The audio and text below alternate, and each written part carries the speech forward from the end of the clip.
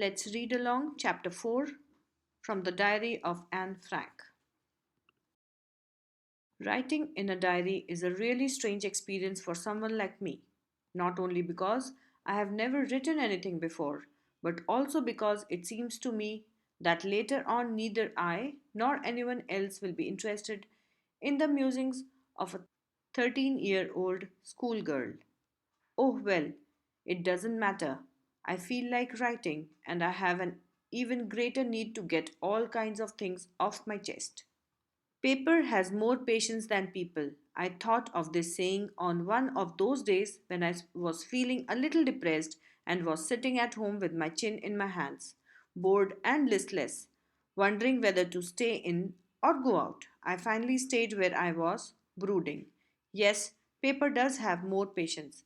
And since I am not planning to let anyone else read this stiff backed notebook, grandly referred to as a diary, unless I should ever find a real friend, it probably won't make a bit of difference. Now I am back to the point that prompted me to keep a diary in the first place. I don't have a friend. Let me put it more clearly, since no one will believe that a 13-year-old is completely alone in the world. And I am not. I have loving parents and a 16-year-old sister, and there are about 30 people I can call friends. I have a family, loving aunts, and a good home. No, on the surface, I seem to have everything except my one true friend.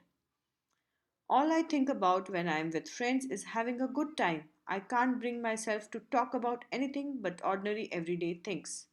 We don't seem to be able to get any closer, and that's the problem. Maybe it's my fault that we don't confide in each other.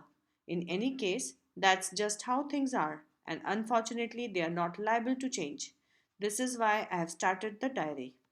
To enhance the image of this long awaited friend in my imagination, I don't want to jot down the facts in this diary the way most people would do, but I want the diary to be my friend, and I'm going to call this friend Kitty.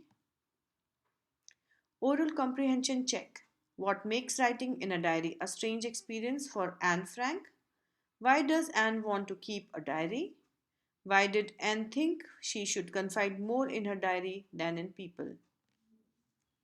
Since no one would understand a word of my stories to Kitty, if I were to plunge right in, I would better provide a brief sketch of my life, much as I dislike doing so. My father, the most adorable father I have ever seen, didn't marry my mother until he was 36 and she was 25. My sister Margot was born in Frankfurt in Germany in 1926. I was born on 12th June 1929. I lived in Frankfurt until I was 4. My father emigrated to Holland in 1933. My mother, Edith Hollander Frank, went with him to Holland in September, while Margot and I were sent to Aachen to stay with our grandmother. Margot went to Holland in December, and I followed in February, when I was plunked down on the table as a birthday present for Margot. I started right away at the Montessori Nursery School. I stayed there until I was 6, at which time I started in the first form. In the sixth form, my teacher was Mrs. Cupris, the headmistress. At the end of the year, we were both in tears as we said a heartbreaking farewell. In the summer of 1941, Grandma fell ill and had to have an operation, so my birthday passed with little celebration. Grandma died in January 1942. No one knows how often I think of her and I still love her. This birthday celebration in 1942 was intended to make up for the other, and Grandma's candle was lit along with the rest. The four of us are still doing well, and that brings me to the present date of 20 June 1942 and the solemn dedication of my diary. Oral comprehension check. Why does Anne provide a brief sketch of her life? What tells you that Anne loved her grandmother?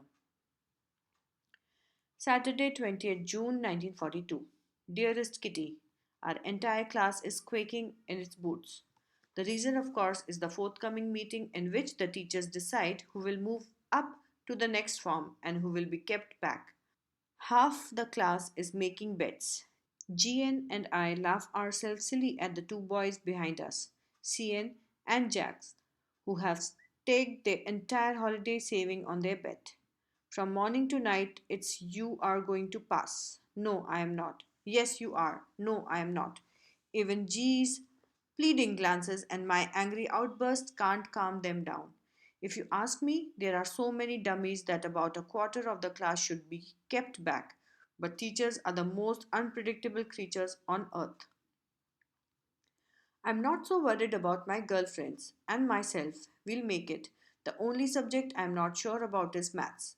Anyway, all we can do is wait. Until then, we keep telling each other not to lose heart.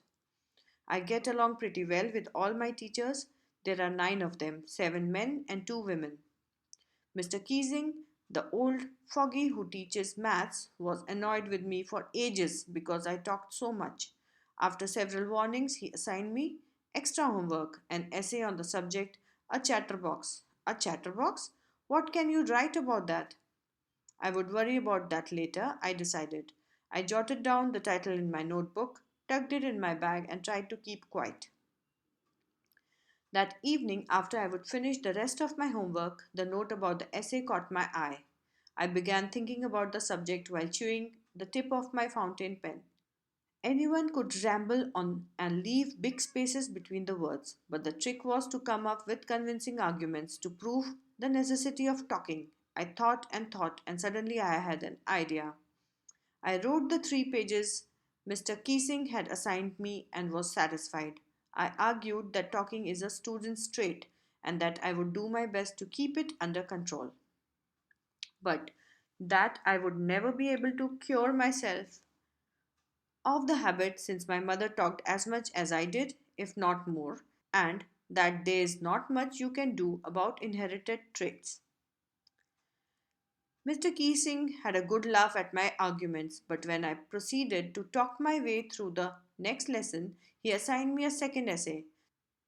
This time it was supposed to be on an incorrigible chatterbox. I handed it in, and Mr. Keesing had nothing to complain about for 2 whole lessons.